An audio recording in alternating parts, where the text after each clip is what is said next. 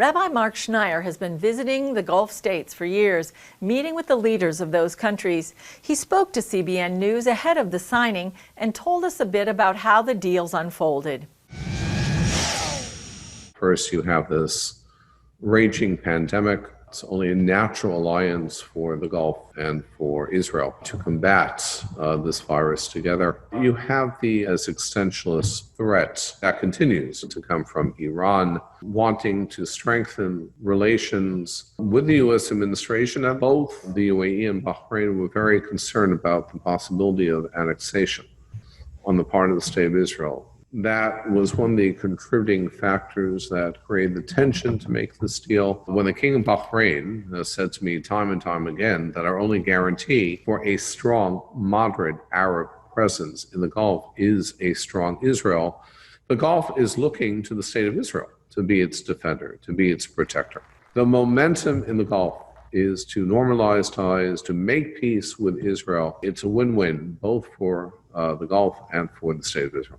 From the best of times to what some might consider the worst of times. From the high of the historic agreements with two Arab countries, Israelis were plunged into a second coronavirus lockdown just hours before the Jewish High Holy Days began. For the first time in its 62-year history, Jerusalem's Great Synagogue is closed for the high holidays. The reason is a very simple one. The most important criteria in Judaism is the safety, the physical safety of every human being. And the lockdown is widespread, closing schools, malls, hotels, and restaurants except for delivery.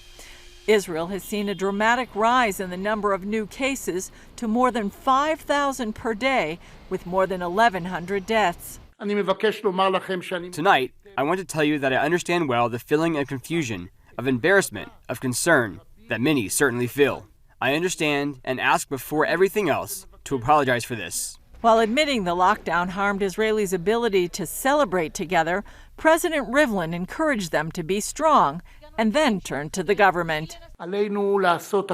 We must do everything to restore personal, medical, and economic security to all Israelis. Meanwhile, police spokesman Mickey Rosenfeld says law enforcement is ready to do its part while keeping the peace. The Israeli National Police have completed security, health and safety measures for the scheduled lockdown. More than 7,000 police officers will take part in blocking different neighborhoods and preventing movements.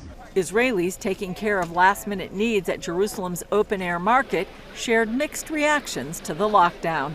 We're mad, I'm honest, because in July and August, everything was open, everyone drink a beer, everything was, they would go to concerts.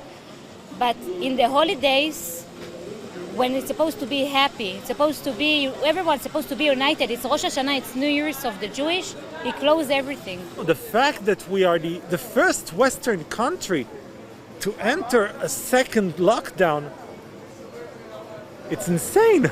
I think it's a good idea given our record thus far.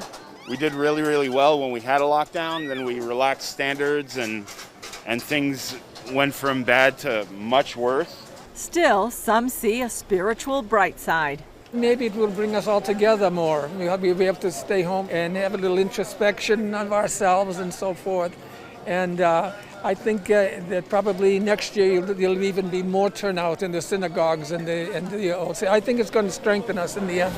Alpha.